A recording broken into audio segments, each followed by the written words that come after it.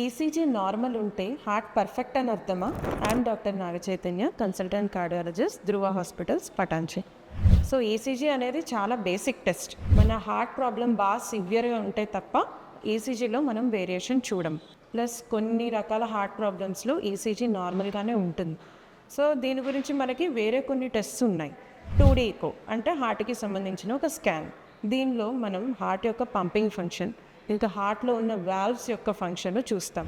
హార్ట్లో ఏమన్నా హోల్స్ లాంటివి ఉన్నా 2D ఈకోలో మనకు తెలుస్తాయి. అయితే ఈసీజీ, 2D ఈకో ఈ రెండు బాగానే ఉన్నాయి. అయితే నాకు హార్ట్ అటాక్ రాదా అని అనుకుంటున్నారా? నో.